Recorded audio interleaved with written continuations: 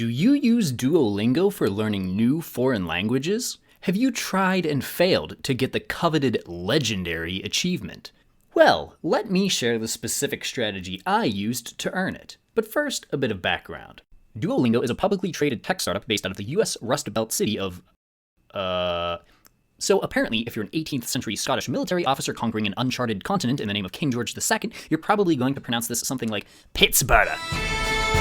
But if you're a 21st century beer-swilling peasant who likes to watch fat men in tight pants wrestle with one another, no homo, then you're probably pronouncing it something like Pittsburgh, Pittsburgh, Pittsburgh. Anyway, the company produces and operates a free software-based language learning tool that's free for anyone to download and use. So just like Uber, DoorDash, Grubhub, and many of your other favorite tech startups, Duolingo has never ever been profitable. However, unlike all of those other gig economy deadweights, Duolingo has a cute owl mascot and contributes a lot less to anthropogenic climate change. The company reduces the amount of money it loses every year by selling premium memberships and by showing ads.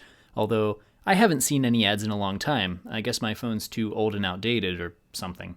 Every week, Duolingo users are sorted into miniature tournament leagues where they compete against other users to score points so they can advance to higher tier leagues and avoid demotion to lower tiers.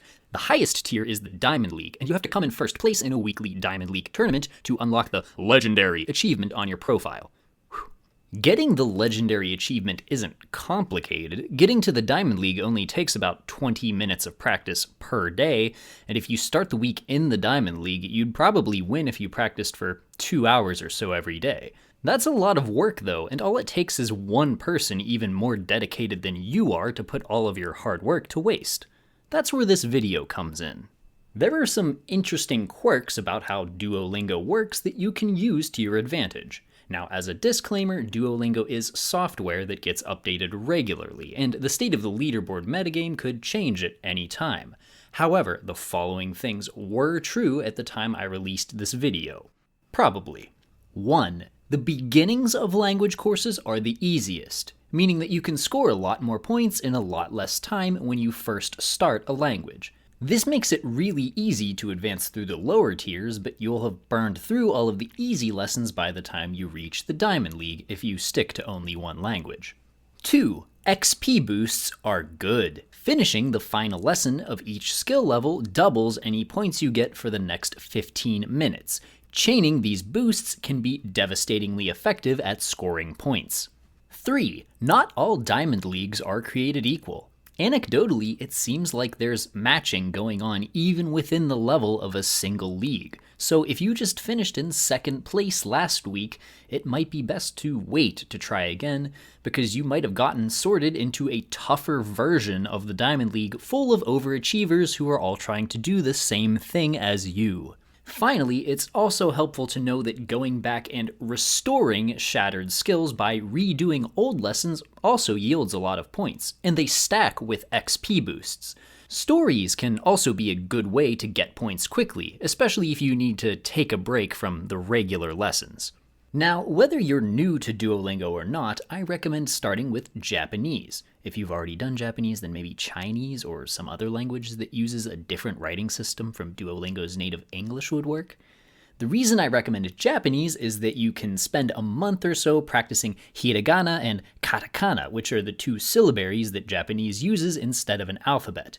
This has two purposes. First, if you're new to Duolingo, this should be enough to basically get you into the Diamond League without actually needing to start any of the basic language lessons. Second, it will make it easier to blaze through the early Japanese lessons and chain XP boosts when you do start them. Being able to read these characters is also a very practical skill. English and Japanese have borrowed a lot of words from each other, and proper names don't usually change too much between languages anyway, so being able to sound out Japanese characters will actually get you pretty far in terms of understanding random text you might encounter at an Asian grocery store or in your favorite anime. Once you've mastered hiragana and katakana, it's time to start the lessons. Again, I recommend Japanese because you can use the hiragana and katakana to get to the Diamond League while also practicing the language, but otherwise the strategy can work decently by starting any new language. Whichever language you choose, now it's time to start going through lessons as quickly as possible. Remember, plan on about 30 minutes per day. It is a time commitment, but it's a lot better than 2 hours. Try to time it so that one 15-minute XP boost ends right before you get the next one.